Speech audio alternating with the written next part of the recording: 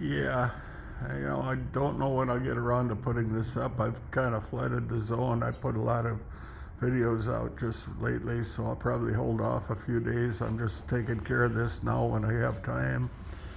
Uh, I was a little guy.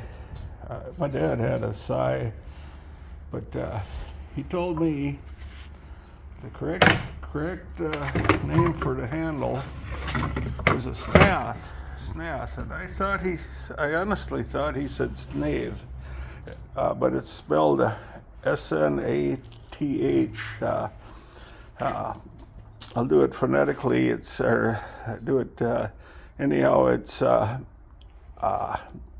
Sierra November Alpha Tango Hotel Echo was that would be the how we used to have to spell it for the radio.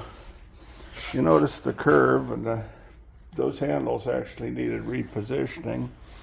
I was up in Appalachia one time and got a heck of a deal on it turned out to be the brush cutter. I got a heck of a deal but the wood was just so incredibly rotten. I mean, it was crumbling, so I took all the hardware off it and threw the wood away. And somewhere in here, I do have that brush cutter blade. If I ever come across it again, I will dig it out, and I will put it on here just to show you what I'm talking about. But at any rate, and you probably can't see it, but it says patent pending on the mount for the blade. I've hit it a few times with linseed oil. It probably could use some more. I see there's a crack there. The more you hit it with linseed oil, at least the cracks don't grow. Here's my thought on that. I thought I was going to have just a showpiece, because I don't anticipate a day I'll be cutting brush with a sigh.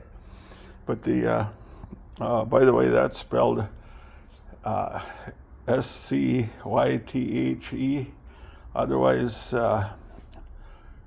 Sierra Yankee Tango Hotel Echo. But anyhow, I don't see the day I'll ever be cutting brush with this. But I went in search, and a buddy of mine had one, and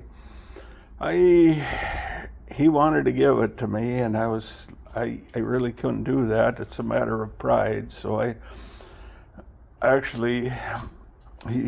settled for paying him less than what I figured it was worth. But I came home and put it together, and because of the curve of the handle, and I really hadn't thought about it at all. I mean, I'd never given it a moment of thought, because I'm right-handed.